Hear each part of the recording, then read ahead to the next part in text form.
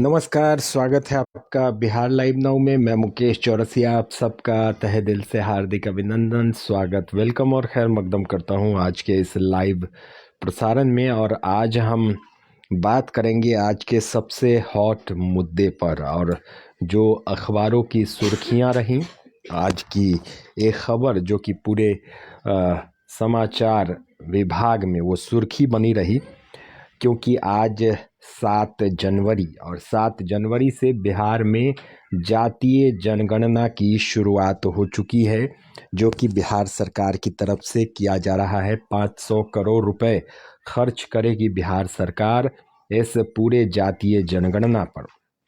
हमारा हेडलाइन अगर आपने पढ़ा होगा कि किसको होगा फ़ायदा और किसको होगा नुकसान। हालांकि भारतीय जनता पार्टी पहले जातीय जनगणना करवाने के पक्ष में नहीं थी, लेकिन आज से जब जातीय जनगणना शुरू हो चुकी है तो उसका सभी अब फ़ायदा ले रहे हैं और सारे लोग अब दांव लगा रहे हैं कि हमारी सरकार में ही जातीय जनगणना, बीजेपी का कहना है कि एनडीए की सरकार में ही ये पास हुआ था और उसकी बात हुई थी जातीय जनगणना की। हालांकि फ़ायदे नुकसान की बात कर लेते हैं कि जातीय जनगणना के लिए बहुत सारे लोग मना कर रहे थे और बहुत सारे लोग चाह रहे थे कि जातीय जनगणना हो जाए, बिहार में जातीय जनगणना। अभी बिहार की सरकार पर अगर आप रुख करेंगे, बिहार की सरकार पर नज़र डालेंगे तो पिछले 30-32 साल से बिहार में अदर बैकवर्ड क्लास के जाति की सरकार है, मतलब ओबीसी की सरकार जो कि बिहार में चल रही है। लालू प्रसाद यादव ने इसकी शुरुआत की थी और उसके बाद चंदन सिंह जी स्वागत आपका, विकास राय जी स्वागत है आपका, उसके बाद नीतीश कुमार उस पद पर काबिज हुए। तो एक तरह से आप कह सकते हैं कि बिहार में अदर बैकवर्ड क्लासेस की सरकार, जो मुख्यमंत्री होगा वो ओबीसी होगा, और ये 30 साल से चला आ रहा है। इसके पहले जो सामान्य वर्ग के लोग होते थे, जनरल कैटेगरी के लोग होते थे, वो बिहार के मुख्यमंत्री होते थे अधिकतर, लेकिन अदर बैकवर्ड क्लासेस के मुख्यमंत्री 30 साल से 90s के बाद अभिषेक आनंद जी स्वागत आपका हुए हैं। किसको फ़ायदा होगा, किसको नुकसान होगा? देखिए, CSDS की रिपोर्ट के अनुसार, CSDS क्या है ये पहले हम आपको बता दें। मोहम्मद नूर जी स्वागत आपका। Centre for the study of developing societies, ये is an Indian research institute for the social sciences and humanity. ये भारत की एक रिसर्च इंस्टीट्यूट है जो कि डेवलपिंग सोसाइटी पर स्टडी करती है। CSDS की रिपोर्ट को अगर आप देखें तो बिहार का जो जातीय समीकरण है, सोनू कुमार झा जी स्वागत है आपका, वो बहुत ही अलग है। बिहार के जातीय समीकरण पर अगर समीक्षा की जाए, उसका विश्लेषण किया जाए या उसका अध्ययन किया जाए तो आपको बहुत डिफरेंट यहाँ का स्ट्रक्चर और जो जातीय समीकरण है वो देखने को मिलेगा। CSDS ने 24% ओबीसी, मतलब कि अदर बैकवर्ड क्लासेस जो हैं उसको 24% माना है, वहीं 11% कुर्मी, 15% यादव। आप समझ लीजिए कि अगर आप इन सब को मिला लेते हैं, ओबीसी, कुर्मी, यादव, ये सारे जो आएंगे वो अदर बैकवर्ड क्लासेस में ही आएंगे, ओबीसी में आएंगे। ओबीसी में कुर्मी भी आएंगे, यादव भी आएंगे और बहुत सारी जातियां हैं। नितिन वर्मा जी स्वागत आपका, सुनील कुमार जी स्वागत आपका। देखिए, आने वाले 20 साल नहीं, आने वाला 20 साल नहीं, अभिषेक आनंद जी उस पर भी बात करेंगे। मुझे लगता है कि आने वाले 50 साल तक इसी ध्रुवीकरण पर राजनीति होगी और राजनीति का स्वरूप बहुत ज़्यादा बदल जाएगा। बहुत सारी नई पार्टियां उभर जाएंगी और आपको अभी जो क्षेत्रीय पार्टी आप देख रहे हैं तो बहुत सारी नई पार्टियां, क्षेत्रीय पार्टियां भी बन जाएंगी जो कि जातीय आधारित होंगी, जातिगत पार्टियां होंगी। आपको सबसे बड़ी चीज़ कि अगर आप देखें तो अदर बैकवर्ड क्लासेस को जो अभी तक रैंकिंग दी गई और उसका जो पैमाना निकाला गया है 50% से भी ज़्यादा। सुनील जी, अब्दुल जब्बार जी, स्वागत आपका। 50% से भी ज़्यादा जो जनसंख्या है बिहार की अनुमानतः, क्योंकि CSDS की रिपोर्ट के आधार पर हम आपको बता रहे हैं कि 50% से भी जो ज़्यादा जनसंख्या है बिहार की वो अदर बैकवर्ड क्लासेस की है। अदर बैकवर्ड क्लासेस में 50 से भी ज़्यादा मतलब प्रतिशत हैं। वहीं अगर दलित की बात करें तो 16% CSDS दलित मानता है कि दलित जो है, सपना सिंह राजपूत जी लिख रहे हैं, देश के किसी भी दल के नेता जनता से कोई लेना देना इनको नहीं है। तो दलित 16% माने जा रहे हैं, मुस्लिम 17% माने जा रहे हैं बिहार में। तो इन दोनों को अगर आप जोड़ लें तो यहाँ 50 और 16 66 और 10 76 और 7 मतलब 80% के से भी ज़्यादा, मतलब इन सबको आप जोड़ेंगे जिसमें सामान्य जनरल कैटेगरी को आप हटा दें तो 83% जो जनसंख्या है वो OBC, कुर्मी कुशवाहा, यादव, दलित और मुस्लिम की है। तो ये आप समझ लीजिए कि ये पूरे ग्राफ में 83% जो जनसंख्या है उस पर दांव लग रहा है बिहार के। अब तो भारतीय जनता पार्टी भी कहने लगी है कि जातीय जनगणना जो है वो हमारे समय में हमारी सरकार में हुआ था। OBC की राजनीति, अदर बैकवर्ड क्लासेस की राजनीति जो कि भारतीय जनता पार्टी भी करती है, नीतीश कुमार भी करते हैं, तेजस्वी यादव भी करते हैं। सोनू पांडे जी, स्वागत आपका। OBC की राजनीति जो कि सबसे बड़ा आंकड़ा है बिहार में, 24 से 25% OBC जाति की जनसंख्या है बिहार में, उसकी राजनीति सारे दल के लोग करते हैं। वहीं दलित की राजनीति भी सभी करते हैं। दलित की राजनीति में आप देखिए कि तेजस्वी भी करते हैं, चिराग पासवान भी करते हैं, जीतन राम मांझी भी करते हैं। तो दलित की राजनीति भी होती है, मुस्लिम की राजनीति भी होती है, और सामान्य जनरल कैटेगरी कहा जाता है कि इनकी राजनीति भारतीय जनता पार्टी करती है। और भारतीय जनता पार्टी के वोटर होते हैं सामान्य कैटेगरी के लोग, जो कि CSDS ने 17% बताया है पूरे बिहार में। सभी सामान्य जातियों को, मतलब फॉरवर्ड क्लासेस को 17% माना गया है बिहार में। इससे फायदा किसको होगा, नुकसान किसको होगा? देखिए, सबसे बड़ी चीज जो जनता दल यूनाइटेड और राष्ट्रीय जनता दल ये चाह रही थी कि जातीय जनगणना हो बिहार में, वो इसीलिए चाह रही थी क्योंकि उनको सबसे ज्यादा इसमें फायदा होने वाला है। नॉर्मल सी बात, दो टूक में अगर आप बात कहें तो पूरी तरह से देखिए, जो नीतीश कुमार का अपना वोट बैंक है वो है कुर्मी कुशवाहा का, तेजस्वी यादव का जो अपना वोट बैंक है वो यादव का है और मुस्लिम का है। अगर जातीय जनगणना हो जाती है तो ये जो 15% अनुमानता ये कहा जा रहा है कि 15% जो जनसंख्या है, पुष्पा सैनी जी स्वागत आपका, ये यादव समाज के लोग हैं। तो इस पर मुहर लग जाएगी कि चलो भाई, तेजस्वी यादव ये कह सकते हैं कि हम 15% हैं। तो एक प्रबल दावेदारी आप ये कहें कि मुख्यमंत्री की वही कर सकता है जो जिसकी जाति के वोट सबसे ज्यादा हों। तो इसमें ये बात सामने आएगी। फिर एक झगड़ा चलता है, आप सामान्य कैटेगरी में अगर देखेंगे तो जो भूमिहार समाज के लोग हैं वो कहते हैं कि हम ज़्यादा, तो राजपूत समाज के लोग कहते हैं हम ज़्यादा। तो इन दोनों में एक डिफरेंसेस आपको देखने को मिलेगा। राजपूत समाज के लोग कहते हैं कि हम 8% हैं, सिद्धार्थ कुमार जी स्वागत आपका। भूमिहार समाज के लोग कहते हैं हम 9 और 10% हैं। तो वो सामने सारी चीज़ें आ जाएंगी।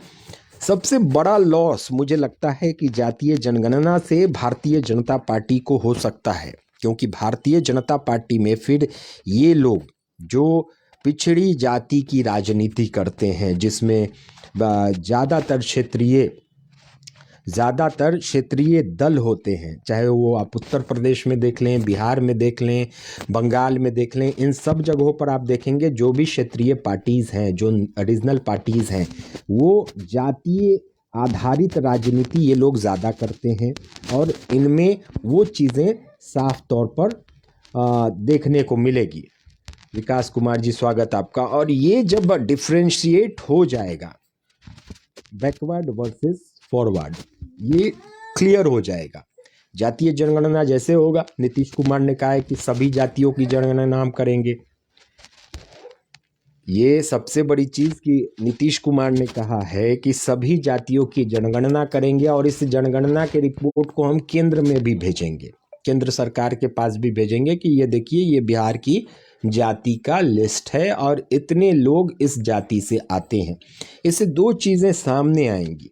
एक, जो दावेदारी होगी वो जिस जाति के वोटर जितने ज़्यादा होंगे, उनकी जनसंख्या जितनी ज़्यादा होगी, उनकी दावेदारी राजनीति में बढ़ जाएंगी। अनिकेत कुमार सिन्हा जी स्वागत आपका। नहीं, इस बार ये निगम चुनाव में नहीं था नोटा का ऑप्शन।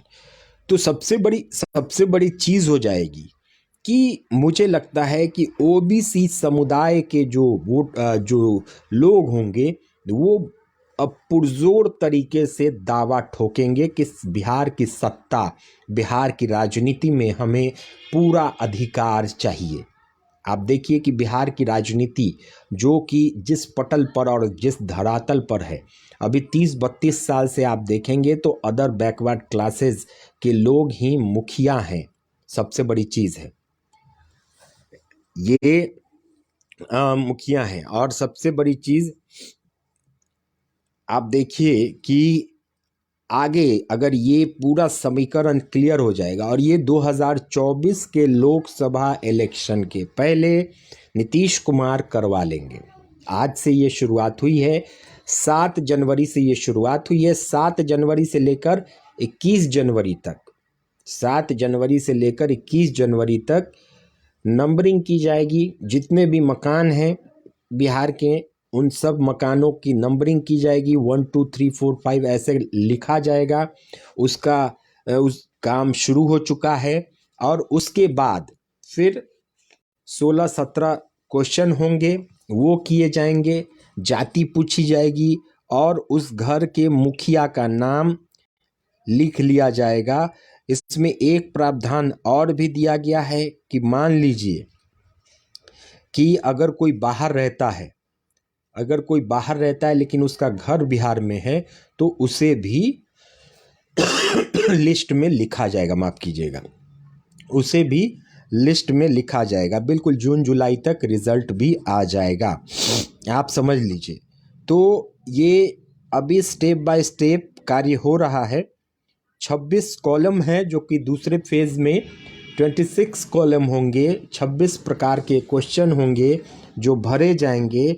उसमें सेकेंड फेज़ में ये होगा और प्रत्येक ब्लॉक बनाए गए हैं। एक ब्लॉक में लगभग 700 घर रखे गए हैं और उस हिसाब से इसकी गणना शुरू कर दी गई है। अब देखिए क्या होगा। नंबरिंग पहले हो रही है, 21 तारीख तक पूरे मकान की नंबरिंग हो जाएगी। उसके बाद मकान की संख्या और मुखिया जो हैं उनके नाम और परिवार में सदस्यों की संख्या लिखी जाएगी। साथ ही साथ जो 26 कुमार अशोक जी स्वागत है आपका, वो कॉलम है उसको भरे जाएंगे। ये आप समझ लीजिए। सबसे बड़ी चीज़ है कि अब थोड़ी सी जानकारी हम लोग इन चीज़ों पर ले लें कि पॉपुलेशन की बात करें। अगर बिहार के पॉपुलेशन की अगर आप बात करें तो लगभग 12 करोड़ जनसंख्या है बिहार की। अभी अनिकेत कुमार सिन्हा जी, जनसंख्या 12 करोड़ है यहाँ की, जिसमें पटना सबसे ज़्यादा जनसंख्या लेकर 58 लाख लगभग पटना में जनसंख्या है। उसके बाद पूर्वी चंपारण है 50 लाख। उसके बाद मुजफ्फरपुर है 48 लाख। जो 30 लाख के ऊपर जो जनसंख्या वाले हैं वो हम आपको बता रहे हैं। पश्चिम चंपारण 40 लाख, फिर मधुबनी में 44 लाख, समस्तीपुर में 42 लाख, गया में 43 लाख, सीतामढ़ी में 34 लाख, पूर्णिया में 32 लाख, कटिहार में 30 लाख, दरभंगा में 39 लाख, सिवान में 33 लाख, सारण में 39 लाख और भागलपुर में 30 लाख लोग रहते हैं। तो ये मोटा मोटी एक फिगर है बिहार की जनसंख्या का। देखिए, जातीय जनगणना से एक चीज़ सामने और जो मतभेद और सबसे बड़ी चीज़ है कि जो सवर्ण समाज के लोग हैं, अभी आप हर पार्टी में देखेंगे कि विशेष तौर पर और विशेष कुर्सी उन्हें दी गई है, पद दिया गया है, और एक सबसे बड़ी चीज़ कि वहाँ पर सम्मान मिलता है राजनीति में। पूरे देश की अगर बात की जाए तो जनरल कैटेगरी को एक सम्मान दिया जाता है और एक पद दिया जाता है। सबसे बड़ी चीज़ वो अभी आधार का वो जो निकला है 2022-23 में, उसमें तो 11 करोड़ कुछ ही है। हाँ, शरीफ बाबू स्वागत है, पिराज जी स्वागत है आपका। हाँ, तो अब आप समझिए कि हालांकि ये मंडल कमंडल की राजनीति किसने शुरू की थी ये आपको पता होगा। मंडल कमीशन भी जब स्थापित हुआ था वो किसकी सरकार में हुआ था ये भी आपको पता होगा। उसके बारे में हमने एक दिन चर्चा भी की थी कि मंडल कमीशन जो पूरा बनाया गया था ये कब बनाया गया था। देखिए, बोया पेड़ बबुल का तो आम कहाँ से खाए, और ये पेड़ राष्ट्रीय पार्टी लोग कहते हैं, तो ये लालू यादव ने तो बोया नहीं या नीतीश कुमार ने बोया नहीं। ये मंडल कमंडल की राजनीति कांग्रेस और भारतीय जनता पार्टी के आपसी उस समय की राजनीति में हुआ था जब मंडल कमीशन बनाया गया था। आशीष शंकर जी स्वागत आपका। और उसके बाद जो मतभेद शुरू हुआ, और अब देखिए कि फिर बिहार में जातीय जनगणना हो रही है, और उसके बाद जो जातीय संघर्ष आपको देखने को मिलेगा। 100 मतलब 30 से भी ज़्यादा जातियां हैं ओबीसी में, ये समझ लीजिए आप। ये सबसे बड़ी चीज़ है, ये 130 से भी ज़्यादा मतलब जाति के लोग रहते हैं। तो ये डिफरेंसेस सामने आएंगे।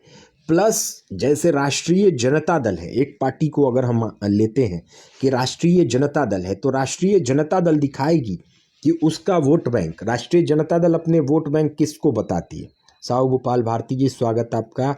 प्रदेश प्रवक्ता हैं बिहार भाजपा ओबीसी मोर्चा के। चलिए, ओबीसी मोर्चा के नेता भी आ गए भाजपा के। हालांकि भारतीय जनता पार्टी, साहू भोपाल भारती जी जातीय जनगणना के विरोध में थी, लेकिन आज से आप लोग कह रहे हैं कि ठीक है हमारे टाइम में ही ये हुआ था। नहीं, आपने पहले सोनू पांडे जी इसका सपोर्ट किया था जातीय जनगणना का, जहाँ तक मुझे याद है, शायद विरोध किया हो लेकिन किसी ने सपोर्ट किया था। देखिए, अब एक चीज़ देखने वाली हो जाएगी कि राष्ट्रीय जनता दल जनगणना में अब बीजेपी का पॉजिटिव स्टैंड आ गया है आज के डेट में, और सब अब लपक रहे हैं कि जातीय जनगणना हमारी वजह से हुआ है। देखिए, अति पिछड़ा की राजनीति, भारतीय जनता पार्टी के करंट पॉलिटिक्स की बात अगर आप करें तो Bharatiya Janata party current politics Bihar में अब दूसरे स्टैंड पर कर रही है। सवर्णों की पार्टी कही जाती है भारतीय जनता पार्टी, तो सवर्ण वोटर तो भारतीय जनता पार्टी के ऑलरेडी हैं, और वो राष्ट्रीय जनता दल ने तोड़ना चाहा लेकिन तोड़ नहीं पाई, ये भी प्रूफ हो गया। सवर्ण फिर भारतीय जनता पार्टी की तरफ आ गए हैं। तो भारतीय जनता पार्टी को ये देखने में ये अब लगा है कि हम सवर्ण तो हमारे हैं ही, अब हम थोड़ा सा अति पिछड़ा की राजनीति और दलित की राजनीति कर लेते हैं। अब देखिए, सबसे बड़ी चीज़ आपको एक चीज़ और जानकारी होगी कि बिहार में जिस हिसाब से अभी राजनीतिक समीकरण है, तो राजद क्या कहती है। राजद की अगर बात करें तो राजद कहती है यादव प्लस मुस्लिम, ये राष्ट्रीय जनता दल के वोट बैंक है। यादव और मुस्लिम राष्ट्रीय जनता दल के वोट बैंक। अब अगर इनको आप देख लें तो 15% कहा जा रहा है CSDS के अनुसार कि 15% यादव हैं और 17% मुस्लिम हैं। तो ये अगर आप देखें तो ये दोनों मिल के हो जाएंगे 32%। 32% वोट बैंक। अब्दुल लाल जी स्वागत आपका। 32% वोट बैंक जो कि राजद अपने आप को कहती है उनके पास है। अब नीतीश कुमार की बात कर लेते हैं। नीतीश कुमार के पास जो वोट बैंक, अगर नीतीश कुमार कहें जदयू की वोट बैंक की अगर आप बात कर लें तो जदयू का कहना है कि कुर्मी कुशवाहा, क्योंकि उपेंद्र कुशवाहा अब जदयू में शामिल हो गए हैं, तो कुशवाहा वोटर भी जो हैं वो जदयू के वोटर ही कहे जाते हैं। 11% इनकी संख्या है। 11% आप जनता दल यूनाइटेड के मान ले। अब भारतीय जनता पार्टी, भाजपा की हम बात कर लेते हैं। भाजपा जो कि कही जाती है, उदय कुमार जी स्वागत आपका, कि सवर्णों की पार्टी है। ये विपक्षी लोग कहते हैं, सारे लोग कहते हैं कि सवर्णों की पार्टी है। हालांकि ऐसा, राजनीतिक पार्टियां जो होती है वो किसी भी एक मतलब जाति की पार्टी नहीं होती है, और एक जाति से वो अपनी पार्टी नहीं बना सकती है, ये समझ लीजिए। तो अगर 17% हम पूरे सामान्य कैटेगरी को मिला लें, 17% प्लस 16% में से दलितों की संख्या, कुछ दलित जो कि नीतीश कुमार के साथ हैं, कुछ दलित लालू यादव के साथ हैं, और कुछ दलित भारतीय जनता पार्टी के साथ हैं जो पासवान समाज के लोग हैं। टोटल दलितों की संख्या जो कही जा रही है प्रतिशत में, वो 16% बिहार में कही जा रही है CSDS के अनुसार। अगर इसका 8% भी, आधा आप मिला ले कि वो भारतीय जनता पार्टी के साथ है अगर, तो इनके पास वोट बैंक हो जाता है 25%। आप देख लीजिए कि सबसे बड़ी पार्टी राष्ट्रीय जनता दल बन जाती है 32% वोट बैंक के साथ, वहीं भारतीय जनता पार्टी हो जाती है 25% वोट बैंक के साथ, जो कि सेकेंड नंबर हो जाती है, और थर्ड में नीतीश कुमार आते हैं। वही अभी पूरा ये जो समीकरण है वो इसी हिसाब से अभी चल भी रहा है, ये समझ लीजिए। सोनू पांडे जी लिख रहे हैं, एक मिनट, सोनू पांडे जी लिख रहे हैं कुछ, आपका पढ़ लें हम। भ्रष्टाचार जन से जंग, जनता के संग। बड़ा अच्छा आपने बनाया है सोनू जी। जातिवाद का ही राजनीति होता, अगर जातिवाद नहीं होती तो SC/ST एक्ट लग सकता था, लेकिन स्वर्ण एक्ट नहीं बन सकता है। देखिए, बिल्कुल सही लिखा आपने। अब क्या है, अब इसको समझिए। आगे में कमेंट भी ऊपर नीचे हो गया। अब इसको समझिए। पहले भारतीय जनता पार्टी इसका विरोध कर रही थी। भारतीय जनता पार्टी को लग रहा था कि बिहार में इसका बड़ा नुकसान हो सकता है भारतीय जनता पार्टी को, और मुझे लगता है कि क्लियर अगर हो जाएगा, जातीय जनगणना जिस दिन उसका रिपोर्ट आ गया तो सबसे बड़ा झटका भारतीय जनता पार्टी को लग जाएगा। क्योंकि जिस हिसाब से जो पिछड़े जाति की राजनीति है, वो नीतीश कुमार और लालू यादव, जो कि जिन्होंने पिछड़े जाति की राजनीति से अपनी राजनीति बिहार में शुरू की, लालू प्रसाद यादव, नीतीश कुमार, रामविलास पासवान, 3 नेता, जो कि उसमें और नेता की हैं भी हम बात कर लें, शरद यादव हैं, उपेंद्र कुशवाहा हैं, जो उस समय के राजनीतिज्ञ हैं, राजनीति करने वाले लोग हैं। अगर 3 नामों की बात करें तो एक नाम जो कि लालू प्रसाद यादव का सामने आया, जो कि यादव बहुल नेता रहे और यादवों के सबसे बड़े नेता आज भी कहे जाते हैं। बिहार के सबसे नंबर 1 नेता जो कि यादवों के लालू प्रसाद यादव, भारत में उनका एक अपना स्थान है अपनी जाति की राजनीति में।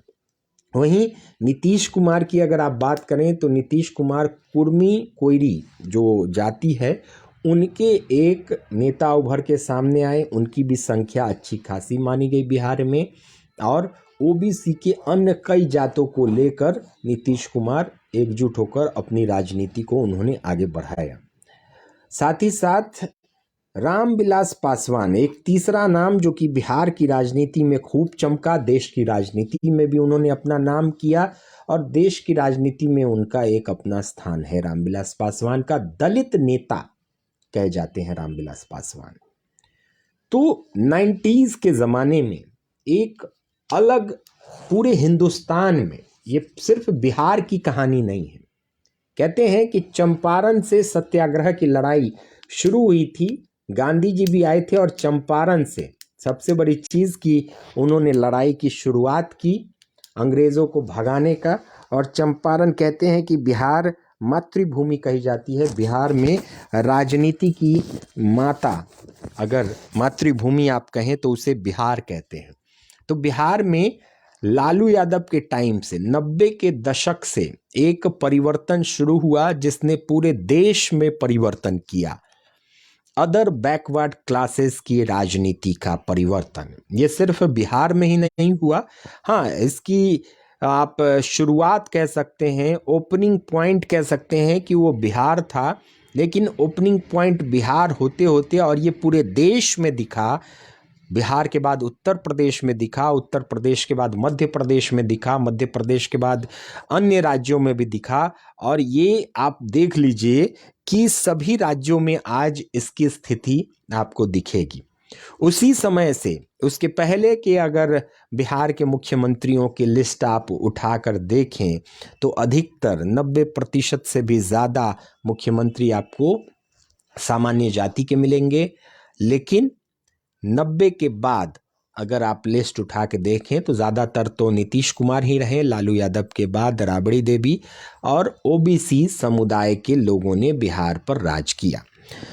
उस समय से एक सामाजिक, आप ये कहिए कि जो अदर बैकवर्ड क्लासेस हैं उसको जगाने का काम, ये भी आप कह सकते हैं। और ये मंडल कमंडल की जो राजनीति शुरू हुई उस समय ही इसकी शुरुआत हुई, और उस समय से जो एक जातीय रंग पूरे समाज में उत्पन्न हुआ। हालांकि देखिए, ये जातीय रंग ये कोई लालू यादव, नीतीश कुमार, कांग्रेस या बीजेपी का लाया हुआ नहीं है, नॉर्मल सी बात समझिए।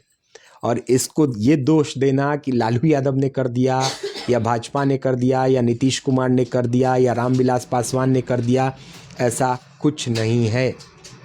अगर हम रामायण काल से देखें तो जातियों का विभाजन उसी समय से हो चुका है। हमारे ग्रंथों में जातियों का पूरा विवरण दिया हुआ है। हमारे ग्रंथों में, हमारे जो पुराने ग्रंथ हैं, भागवत गीता है, रामायण है, इन सब में आपको जाति मिल जाएंगी, जातियों का विभाजन मिल जाएगा, उनका रहन सहन मिल जाएगा, उनका पहनावा मिल जाएगा, उनके क्रियाकलाप मिल जाएंगे, उनका सारा चीज़ आपको पहले ही मिल जाएगा। कि धोबी कपड़ा ही धोता था, धोबी ने श्री राम को कह दिया, श्री राम, मैं श्री राम नहीं हूँ, मैं राजा रामचंद्र नहीं हूं कि मेरी पत्नी कहीं बाहर रहे और मैं उसे बिना अग्नि परीक्षा के घर में वापस ले आऊं। इसी पर अग्नि परीक्षा माता सीता ने दिया था। निषाद कहा गया कि निषाद राज ने श्री राम को गंगा के पार करवाया था। तो देखिए, वो जातीय समीकरण, अब ये जो लोग कहते हैं कि जातीय समीकरण सिर्फ अभी की राजनीति में हुआ या 90 के बाद वो राजनीति में आए, नॉर्मल सी बात। 90s के बाद, हालांकि संघर्ष बहुत पहले से हुआ, कर्पूरी ठाकुर के ज़माने से हुआ, एक कि हाँ, वो ओबीसी तबका जो है, पिछड़ा वर्ग जो है, वो राजनीति में घुसना चाह रहा था लेकिन घुस नहीं पाया। लेकिन 90 के दशक में ये पिछड़ा जाति के लोग राजनीति में घुस गए और फिर परिप्रेक्ष्य पूरा बदला। लेकिन राजनीतिक समीकरण ये हमारे पौराणिक काल से चला आ रहा है। इस पर आप पूरे पुराने ग्रंथों को उठाकर देखिए और सारी चीज़ों को उठाकर देखिए, ये सारी चीज़ें आपको वहाँ पर मिलेंगी। ये कोई नई परंपरा नहीं है और इसको किसी नेता ने विकसित नहीं किया है। हाँ, आज के आधुनिक काल में, आज का जो आधुनिक युग है जो भारत में हम कहते हैं, चाहे पूरे विश्व में, इस आधुनिक युग में इन चीज़ों की बातें नहीं होनी चाहिए। डेवलपमेंट की बातें होनी चाहिए और सारी चीज़ें साफ तौर पर मतलब कार्य होनी चाहिए। देखिए, वही मैं कह रहा हूँ। ये मैंने क्या कहा अभिषेक आनंद जी, मैंने कहा कि ये लालू यादव, नीतीश कुमारी, भाजपा, कांग्रेस की देन नहीं है। ये उनकी देन नहीं है। आज जो हम कहते हैं कि इस नेता ने, इस फला पार्टी ने कर दिया, तो इनकी मतलब देन नहीं है। ये वैदिक काल में, ये आपने भी लिखा है कि उत्तर वैदिक काल, तो ये 50 साल पहले की बात थोड़ी है, ये 100 साल पहले की बात थोड़ी है। पहले काम के आधार पर जाति का बंटवारा होता था और काम के आधार पर सारी चीज़ें होती थी। इंसान के शरीर में जाति का एक बांटा जाता था कि सवर्ण है, वैश्य है, क्या इस तरह से कुछ, और शूद्र है, इस तरह से 4 भागों में बांटे गए थे, सारी चीज़ें होती थी। लेकिन अभी ये कहना कि हाँ, अभी जो नूरा कुश्ती हो रही है जातीय जनगणना को लेकर, ये नूरा कुश्ती हो रही है अपने अपने राजनीतिक वोट बैंक को बचाने और बनाने के लिए। राष्ट्रीय जनता दल, जनता दल यूनाइटेड, हिंदुस्तानी अवाम मोर्चा, वीआईपी, चिराग पासवान की पार्टी, कांग्रेस और बीजेपी, ये सारे लोग, जो कोई कह रहा है कि नहीं होना चाहिए, कोई कह रहा है होना चाहिए, इन सब के पीछे इनका अपना जातीय वोट बैंक शामिल है। ये समझ लीजिए, ये जातीय वोट बैंक।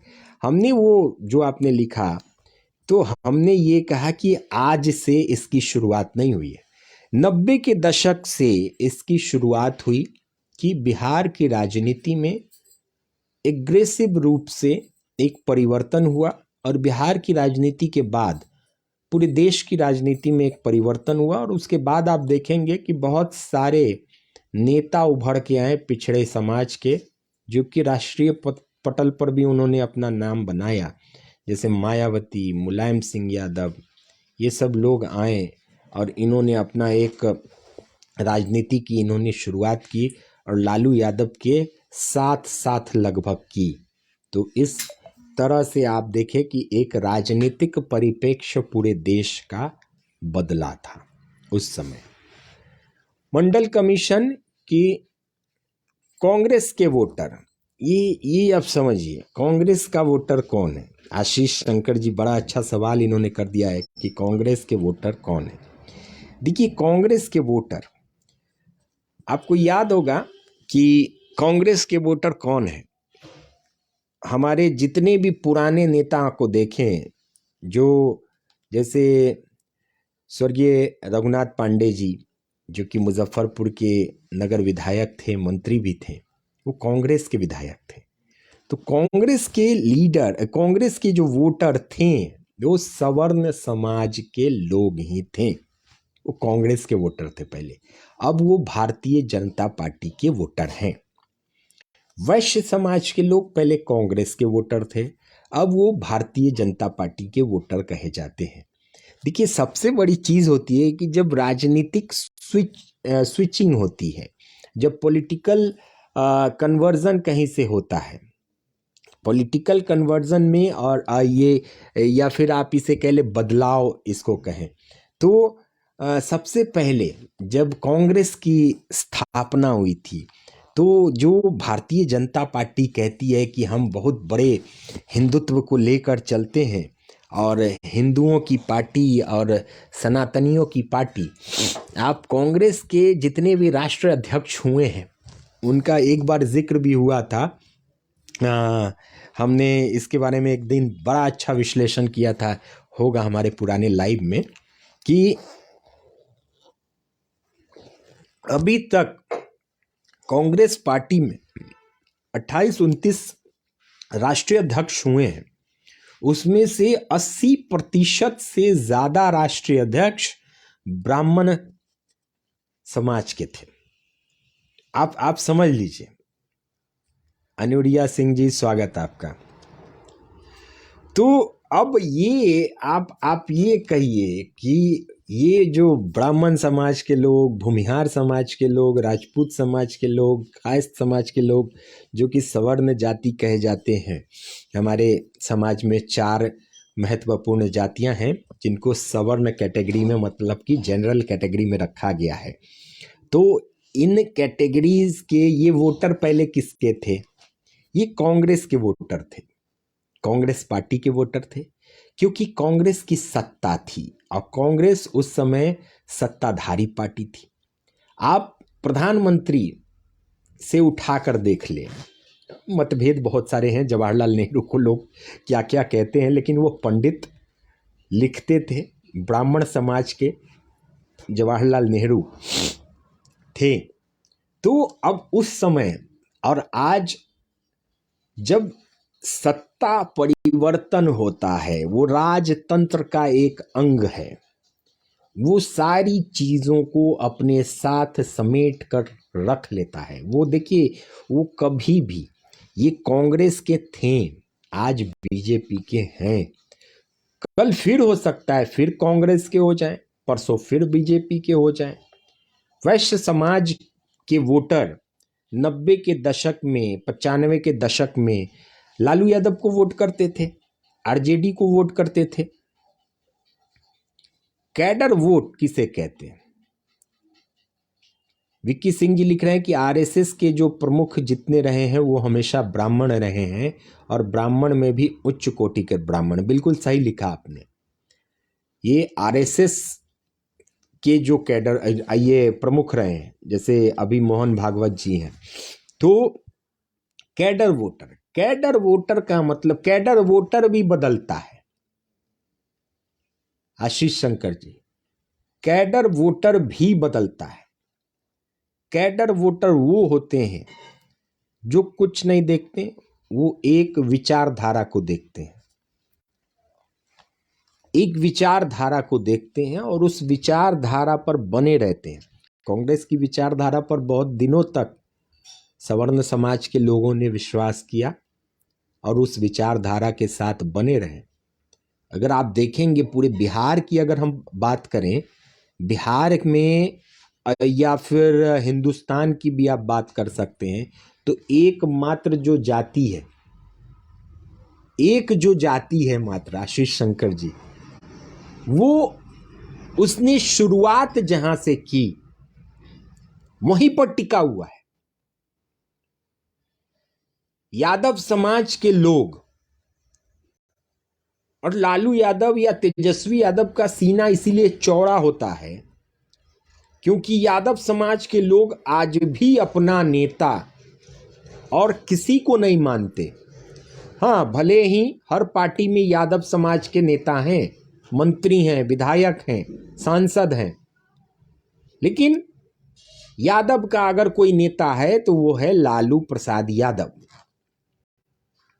ये फिक्स कैडर है, इसको अभी तक कोई डिगा नहीं पाया। विकास राय जी हैं, यादव समाज से, यदुवंशी समाज से हैं,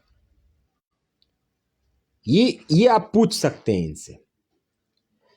भले ही इनके संबंध हर जगह होंगे, लेकिन ये अपना, ये जो कैडर हैं वो राष्ट्रीय जनता दल के ही होंगे।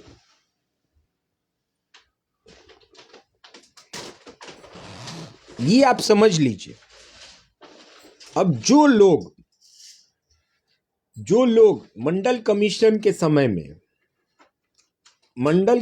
के समय में स्वर्गीय गोस्वामी जी ने जब शरीर में आग लगा ली थी, तब आपको याद होगा, तब आडवाणी जी एम्स में गए थे और उसके बाद सवर्णों ने बहुत बड़ा विरोध किया था।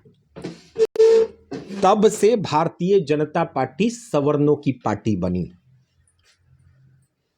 और उसी को कहते मंडल और कमंडल की राजनीति।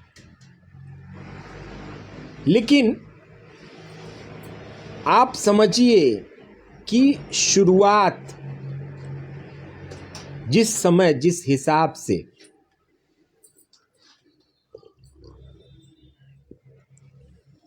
कर्पूरी ठाकुर ने एक शुरुआत की थी, आशीष शंकर जी, और उन्होंने शुरुआत की थी अदर बैकवर्ड क्लासेस की राजनीति को आगे बढ़ाने की। कुछ हद तक सफलता मिली थी उनको, लेकिन पूर्ण सफलता नहीं मिली। उसका पूरा क्रेडिट जो है वो लालू प्रसाद यादव ले गए। बैकवर्ड की राजनीति करने की, दलितों की राजनीति करने की, ये पूरा एक समेट समाट के लालू यादव ले गए। अब ये जो जातीय जनगणना हो रही है, देखिए सबसे बड़ी चीज कि जातीय जनगणना से कुछ पार्टियों को डर लग रहा है, कुछ पार्टियों का उत्साह बढ़ रहा है, कुछ पार्टियों का उत्साह बढ़ रहा है। अब ये पार्टियां जैसे राजद है, राजद कहेगी हम कुर्मी को भी देखते हैं, हम कुशवाहा भी देखते हैं, हम यादव भी देखते हैं, मुस्लिम भी देखते हैं, सहनी भी देखते हैं, बहुत सारी जातियों को लेके पासवान भी देखते हैं, ये भी देखते हैं, वो भी देखते हैं। तो इनकी संख्या देखिए बैकवर्ड नहीं है, वो तो कुर्मी कुशवाहा को भी आप करेंगे तो उनका भी एक अलग क्लास बताया जाता है। यदुवंशियों को बहुत सारे कास्ट हैं, अब इनको सामान्य भी नहीं कह सकते आप। यादव समाज जो है वो सामान्य भी नहीं आएंगे, बैकवर्ड में भी नहीं आएंगे। कुछ ऐसे समाज हैं जिनको कि बीच में, जैसे अभी आज के अखबारों में भी आपने देखा होगा CSDS ने जो एक आकलन निकाला है, उसमें अदर बैकवर्ड क्लासेस मतलब OBC को बताया है 24%, फिर यादव का बताया 15%, कोयरी कुशवाहा का बताया 11%, मुस्लिम का बताया 17%, ब्राह्मण का बताया है 5%, राजपूत का बताया है 5%, भूमिहार का बताया है 4%, ऐसे कुछ करके बताया है, और अन्य 2 सामान्य में डाला है। तो इस हिसाब से अगर आप देखिए तो जो अभी हम जो चर्चा कर रहे हैं कि नफा किसे नुकसान किसे, नहीं, रिजर्वेशन नहीं है। देखिए ऐसा सोनार को भी रिजर्वेशन नहीं, सोनार जाति के जो लोग होते हैं, बहुत, मैं आपको दिखा दूं, रिजर्वेशन बहुत लोगों को नहीं है, सोनार को नहीं है, कुशवाहा में भी रिजर्वेशन नहीं ही है शायद, तो बहुत जातियों को रिजर्वेशन नहीं दिया जाता है, लेकिन उनको बैकवर्ड की लिस्ट में रखा जाता है। मैं आप एक बार मैं कंफर्म हो लूँ, यादव की बात आपने कही है, ये है कि नहीं है, रुकिए वो भी कंफर्म हो लेते हैं। देखिए मैं आपको BC1 BC2 बनाया गया है बिहार में, मतलब बैकवर्ड क्लासेस को 2 पार्ट में बांटा गया है।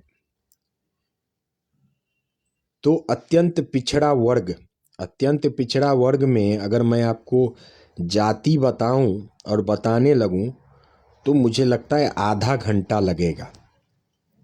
इतनी जातियां हैं EBC में, जिसको छाट के रखा गया है, जिसको BC1 EBC बोलते हैं, एक्सट्रीमली बैकवर्ड क्लासेस। 2023 की ये सूची हमारे पास है।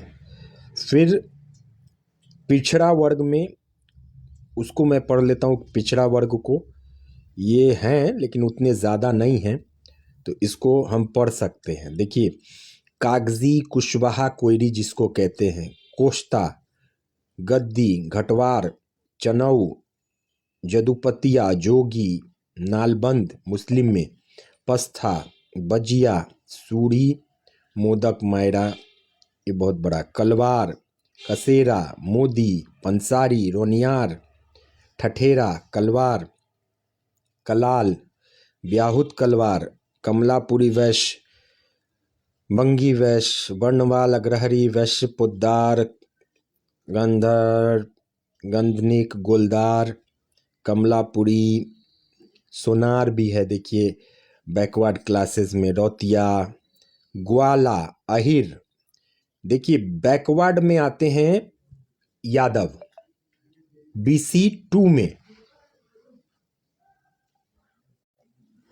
BC2 में यादव आते हैं। आपने जो कहा कि बैकवर्ड नहीं है, बैकवर्ड हैं, BC2 में है यादव, अहिर, गोरा, घासी, मेहर, सदगोप, लक्ष्मी नारायण गोला, ये सब कहे जाते हैं यादव में जो ये लोग हैं। तो यादव BC2 में, BC1 में कुर्मी कुशवाहा भी ये BC2 में है, BC2 में है कुर्मी कुशवाहा, और यादव भी BC2 में ही है। तो बैकवर्ड में यादव आएंगे, सोनार आएंगे, सूत्रधार, कुर्मी, भाट, ब्रह्मभट्ट, भाट ब्राह्मण जो होते हैं,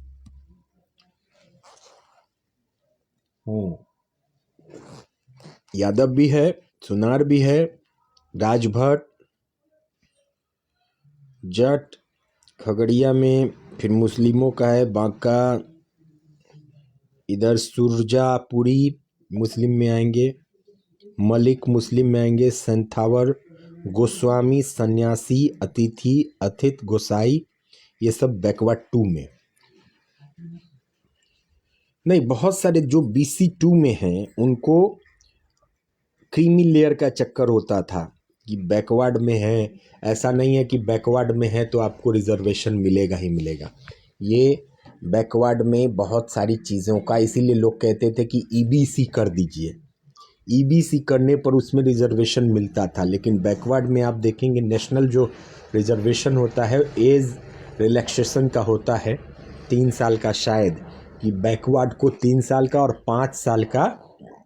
हाँ, ये सही बोला आपने, क्योंकि उसमें रैंकिंग भी देखी जाती है।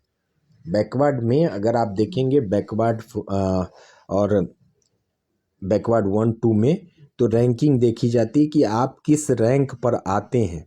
जैसे यादव को देखिए BC2 में 22 नंबर पर हैं यादव, रैंक ज़्यादा है इनकी, रैंक डाउन होगा तो इनको रिजर्वेशन मिलेगा। बहुत सारे जगहों पर ये होता है, एज रिलैक्सेशन का ऑप्शन मिलता है नेशनल किसी भी कॉम्पिटिटिव एग्जामिनेशंस में आपको, क्योंकि भारत में सिर्फ OBC है। OBC देखिए भारत में SC ST OBC और जनरल, ये 3 कैटेगरीज में जाति को बांटा गया है। वैसे तो बहुत जाति को कर देना चाहिए, सोनार को भी कर देना चाहिए, वो भी बोलते हैं कि हम नहीं है, हमें कोई आरक्षण नहीं मिलता है। तो आप देखेंगे कि बहुत सारी जातियों को अब पूरे देश में आप देखिए अदर बैकवर्ड क्लासेस, उसमें कोई EBC TBC कुछ नहीं है, ये नहीं, फॉरवर्ड में नहीं है, बैकवर्ड में आते हैं। हाँ, अब देखिए, अब आध्यात्मिक और पौराणिक रूप से आशीष शंकर जी देखेंगे आप तो कोई भी बैकवर्ड नहीं और कोई फॉरवर्ड नहीं, सारे लोग अपने आप में एक महान विभूति हैं। हर लोग कहते हैं, कोई कहता है कि हम ये हैं, ये समझ लीजिए जो भी, अब तो सवर्ण में भी आरक्षण का प्रावधान आया है, अब कोई भी आरक्षण ले सकता है, आरक्षण मिलता है 10%, तो सवर्ण में भी आरक्षण आ गया है। हाँ, 8 लाख से कम आय है तब OBC 2 का नॉन क्रीमी लेयर बनेगा, आरक्षण मिलेगा। उपजाति भी लिखी जाएगी, आदित्य सिंह राजपूत जी बिल्कुल सही, उपजाति भी लिखी जाएगी, जाति भी लिखी जाएगी, और इससे क्या होगा कि जातीय आधार पर राजनीति होगी और कुछ नहीं होगा। नॉर्मल सी बात, सबसे बड़ी बात, जो लोग ये कह रहे हैं कि जातीय जनगणना से क्या होगा, तो जातीय जनगणना से यही होगा कि जो जाति की संख्या, मान लीजिए कि 12 करोड़ लोग बिहार में रहते हैं, 12 करोड़ 13 करोड़ की जनसंख्या है बिहार में, और जिसकी जाति 1 करोड़ उस जाति के लोग होंगे और उसका एक MLA नहीं होगा, उसका एक एमएलए नहीं होगा तो आप समझ लीजिए क्या होगा। उसका एमएलए नहीं होगा तो वो तो मांगेगा ना हक अपना कि हाँ भैया हमें वो हक दीजिए, हमारा एमएलए हो, हमारा भी मंत्री हो, हम 10% हैं, तो वो तो चैलेंज ठोकेगा अपना।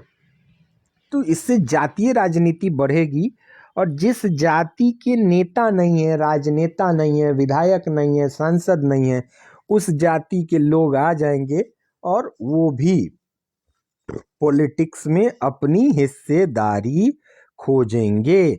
जब जातीय जनगणना की बात हो रही थी तो क्या कहा जा रहा था कि जिसकी जितनी हिस्सेदारी उसकी उतनी भागीदारी, ये कह के और तब जातीय जनगणना के साथ इसको जोड़ा जा रहा था। तो आप नॉर्मल सी बात समझ लीजिए, ये नॉर्मल सी बात समझ लीजिए कि जातीय जनगणना होगी तो इससे बस राजनीति होगी और कुछ नहीं होगा, ये नॉर्मल सी बात है। हाँ, एक फायदा उन जाति के लोगों को होगा जिनका कोई विधायक नहीं है, कोई सांसद नहीं है। मतलब 243 विधानसभा सीट हैं बिहार में और मुझे लगता है कुल जाति को अगर आप मिलाएंगे तो 200-250 जातियां हो जाएंगी। तो हर जाति का एक होना चाहिए कम से कम, या जिसकी जितनी वहाँ पर जनसंख्या, वो तो कहेगा कि हमारा जनसंख्या इतना, हमारी जनसंख्या, टिकट भी बटेगा तो फिर उसी जाति के आधार पर जिसकी जितनी संख्या होगी। जैसे मुजफ्फरपुर में मान लीजिए कि गायघाट विधानसभा क्षेत्र में कोई माली जात का बहुत ज़्यादा होगा तो वहाँ माली कैंडिडेट को दिया जाएगा, कहीं पे कुर्मी होगा वहाँ कुर्मी दिया जाएगा, कहीं पे कुशवाहा होगा कुशवाहा दिया जाएगा, कहीं पे राजपूत होगा राजपूत दिया जाएगा। तो इस तरह से अब चीज़ें होंगी। जनरल कैटेगरी में अन्य हैं ब्राह्मण, राजपूत, भूमिहार, कायस्थ।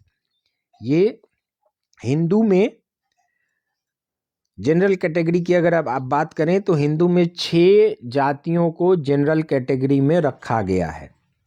6 जातियों को सामान्य कैटेगरी में रखा गया है, जिसमें ब्राह्मण, राजपूत, भूमिहार, कायस्थ, खत्री और सिंधी हैं।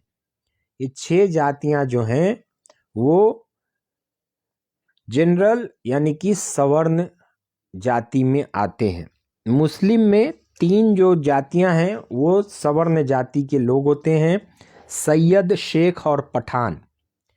तो कुल अगर आप देखेंगे जनरल कास्ट, जनरल कैटेगरी में अगर आएंगे तो ब्राह्मण, राजपूत, भूमिहार, कायस्थ, खत्री, सिंधी, सैयद, शेख और पठान, ये जनरल कैटेगरी के कास्ट हैं, जनरल कास्ट हैं ये सामान्य।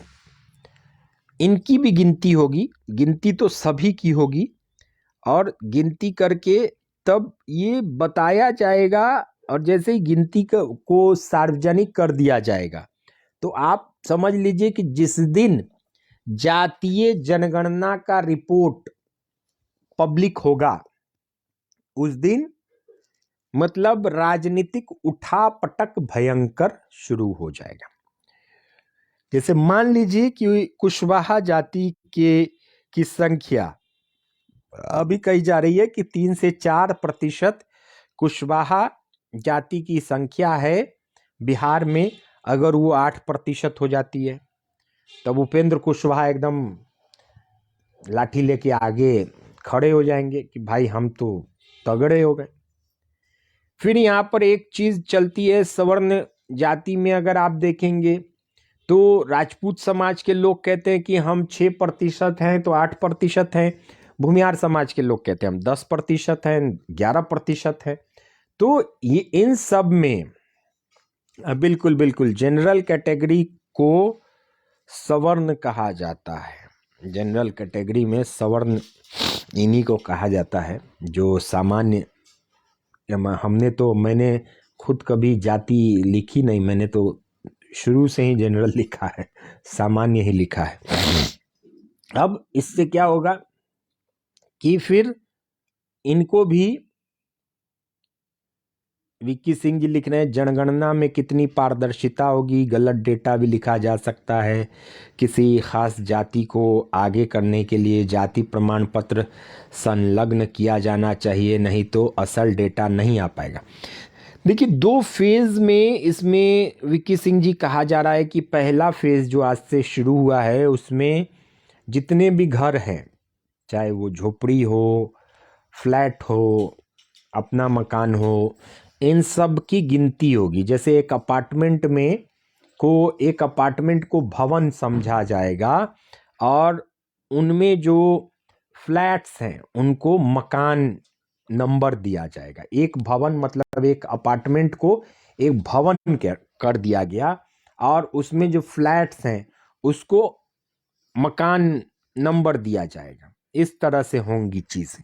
तो पहले फेज में ये आज से इन्होंने इसकी शुरुआत की है, जो 20-21 जनवरी तक इनका कहना है सरकार का कि हम 20-21 जनवरी तक बिहार के सभी घरों का एक नंबर दे देंगे उनको, मतलब 1 2 3 4 करके, और ऐसे जितने भी मकान होंगे उन सब मकानों पर हम नंबर प्रोवाइड कर देंगे। जातीय जनगणना के पहले फेज में होगा, जो कि 15 से 14 दिन का ये जो सिलसिला आपको 21-22 तक चलेगा, मुझे लगता है 15 दिन का मोटा मोटी। तो इसमें ये नंबर दे देंगे। फिर दूसरा फेज जो होगा, दूसरे फेज में ये फिर 26 कॉलम का क्वेश्चनायर है, सवाल जवाब है, ये करेंगे जो मुखिया होंगे उनसे। 26 कॉलम है इसके, ये समझ लीजिए कि 21 जनवरी तक, और उसके बाद फिर 26 कॉलम को भरेंगे जिसमें सामाजिक, आर्थिक और जाति की जानकारी इसमें लेंगे। ये लोग सामाजिक भी लेंगे, आर्थिक भी लेंगे, ये समझ लीजिए। आर्थिक भी लेंगे, सामाजिक भी लेंगे और जाति की जानकारी भी लेंगे सेकेंड फेज में। ये समझिए, परिवार की संख्या, मकान की संख्या के बाद जो मुखिया हैं उनका नाम, परिवार की में सदस्यों की संख्या ये लिखी जाएगी, उनकी जाति लिखी जाएगी, वो स्टेप बाय स्टेप किया जाएगा। तो पहला फेज जो है वो 21 जनवरी 2023 तक चलेगा। उसके बाद इसका दूसरा फेज चालू होगा। इसमें सबसे पहले फेज में वही हमने आपको बताया कि जितने घर हैं उनको नंबरिंग देनी है, घर और परिवार की संख्या, मुखिया, परिवार के सदस्यों की संख्या, और सिर्फ संख्यात्मक विवरण लेना है पहले फेज में, मतलब ज़्यादा कुछ नहीं उस समय विवरण लेना है। हाँ मान लीजिए विक्की सिंह जी के घर का नंबर 10 है, तो हाँ 10 नंबर में विक्की सिंह जी रहते हैं। कितने परिवार रहते हैं, आप कहेंगे कि हाँ 3 भाई हैं हम लोग, एक हमारे मम्मी पापा हैं, तो 3 एक 4 परिवार हो गए। 4 परिवार में कितने सदस्य हो गए, 4 परिवार में हमारे 8 सदस्य हो गए। 8 सदस्य में मुखिया मतलब पिताजी का नाम क्या है, तो पिताजी का नाम ये है, वो आपका पूछ लिया जाएगा पहले फेज में। That's all. दूसरा फेज जो होगा उसमें फिर आर्थिक रूप से आप कितना कमाते हैं और इन चीज़ों पर भी चीज़ें होंगी।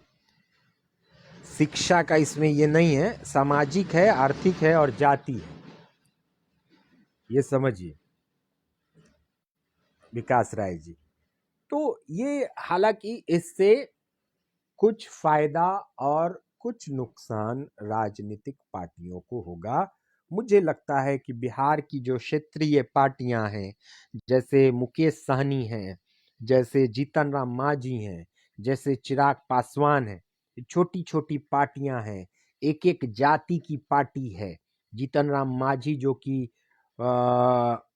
मुसहर समाज के प्रतिनिधि माने जाते हैं, चिराग पासवान पासवान समाज के प्रतिनिधि हैं, मुकेश सहनी सहनी और निषाद समाज के हैं। तो इन लोगों को और बल मिल सकता है। विक्की सिंह जी लिख रहे हैं, सही जानकारी पब्लिश हो रही है कि नहीं, इसकी निगरानी कौन करेगा। भेड़िया धसान की तरह होगी जनगणना। देखिए वो कह रहे हैं कि पर्याप्त जो लोग हैं, मतलब लगभग 2 लाख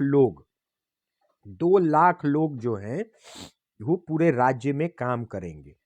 2 लाख लोग पूरे राज्य में काम करेंगे और इसमें प्रखंड प्रमुख जो होंगे, प्रखंड पदाधिकारी होंगे, वो भी शामिल होंगे, मॉनिटरिंग करेंगे। इसके लिए अलग टीम बनाई गई है।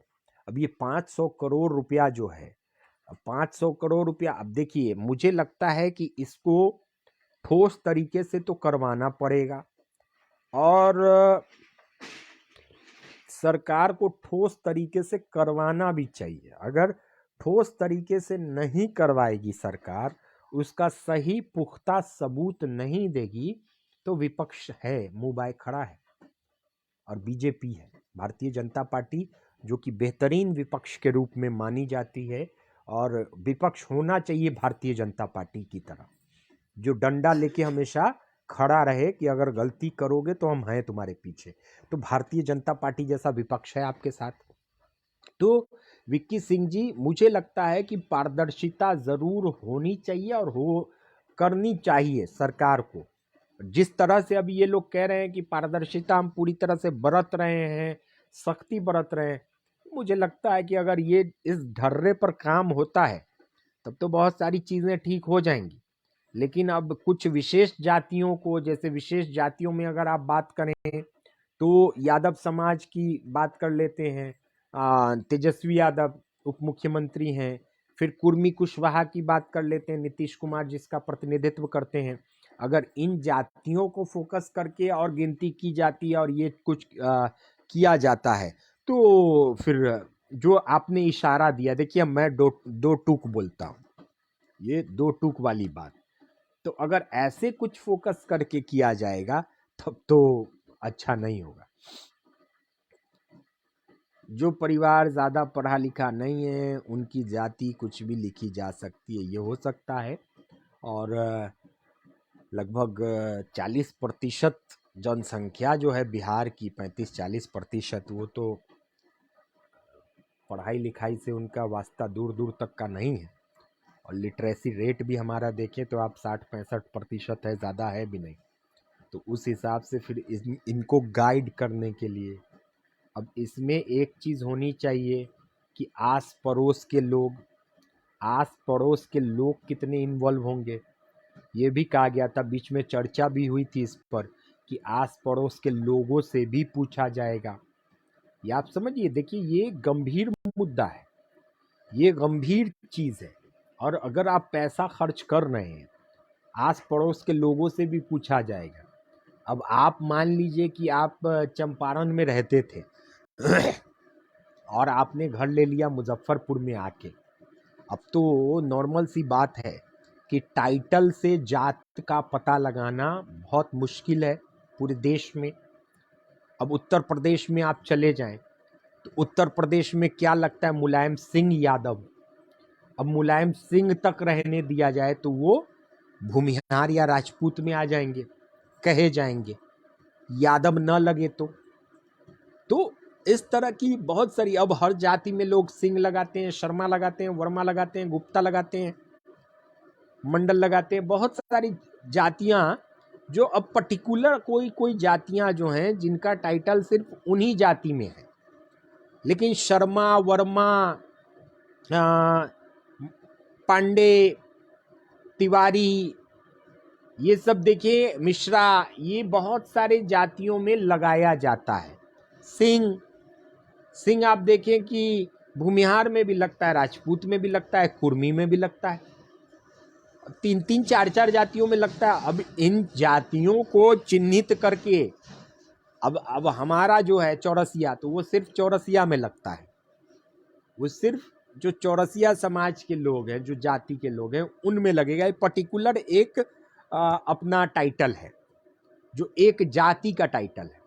लेकिन गुप्ता आप देखें, गुप्ता कानू में भी लगता है, कोयरी में भी लगता है, कुर्मी में भी लगता है, अग्रहरी में भी लगता है, हलवाई में, वही कानू हलवाई, वो बहुत सारी जातियों में लगता है।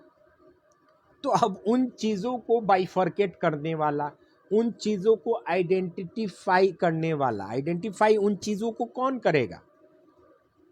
अब कोई छपरा से आके और दरभंगा में रह रहा है और वो कहेगा कि भैया हम तो अब फलाने जाति के हैं और ये हैं, तो वैसे फिर आपको उनका जो पास्ट का कुछ हो, अधिकतर लोग जो ओबीसी में एनेक्स्चर 2 में आते हैं, 1 में आते हैं, अधिकतर लोग उन्होंने अपना कुछ कुछ बनवाया हुआ होता है जातीय कार्ड या वो जो क्या बोलते हैं सर्टिफिकेट, तो उनसे उन चीज़ों के आधार पर ये चीज़ें करवाई जाए। तो क्रिटिकल मामला तो है। अब ये कहा गया कि आस पड़ोस के लोग में, अभी आप देखेंगे कि बहुत सारी जगह पर, अब जैसे मुजफ्फरपुर के परिप्रेक्ष्य को हम लोग ले लें तो मुजफ्फरपुर में जाति वाइज पहले होता था, अब तो हर जगह पर हर जाति के लोग रहते हैं, लेकिन जाति वाइज भी जगह हैं। जैसे आप देखेंगे नुनफर टोला है, तो नुनफर टोला में नुनिया समाज के लोग रहते हैं। अब नुनिया समाज के लोग रहेंगे, उनके बगल में पासवान लोग रहेंगे, उनके बगल में राम समाज के लोग रहेंगे, उनके बगल में मुसहर समाज के लोग रहेंगे। तो ये एक कैटेगरी बनेगा। अब आप दूसरे जगह पर चले जाइए जहाँ सवर्ण जनरल समाज के लोग रहेंगे, तो वहाँ पर राजपूत समाज के लोग रहेंगे, भूमिहार समाज के लोग रहेंगे, ब्राह्मण समाज के लोग रहेंगे। तो ये आप एक आस पड़ोस के लोगों से जानकारी लेकर भी ये इकट्ठा कर सकते हैं। तो अब ये किस हिसाब पर पूरी तरह से पारदर्शिता बरती जाएगी, ये बहुत ही मुझे लगता है कि चैलेंजिंग होगा।